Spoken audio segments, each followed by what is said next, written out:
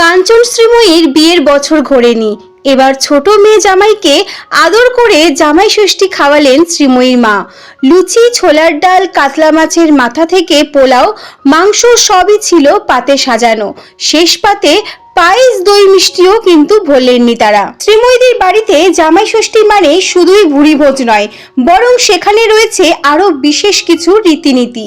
জামাইয়ের হাতে তুলে দিতে হয় কাঁঠাল পাতায় 5 ফল, নতুন জামা কাপড় তো বটেই, তার পাশাপাশি হাতে বেঁধে দিতে হয় হলুদ সুতো, আর পাখার বাতাস করে শাশুড়ি বলেন 60 60 60। শাশুড়ি খাইয়ে দিলেন পোলাও, কাঞ্চনের আবদারে খাওয়ালেন ছানার কোফতা, আর এরই মধ্যে নাকি কাঞ্চন মাথা খেতে শুরু করেছেন শ্রীময়ীর। তাই বিশেষভাবে কাঞ্চনকে মাছের মাথা খাইয়ে দিলেন শ্রীময়ী নিজের হাতে।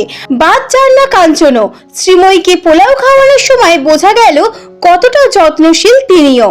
তো বন্ধুরা, ভিডিওটি ভালো লাগলে চ্যানেলটিকে সাবস্ক্রাইব করে পাশে থাকবেন। ধন্যবাদ।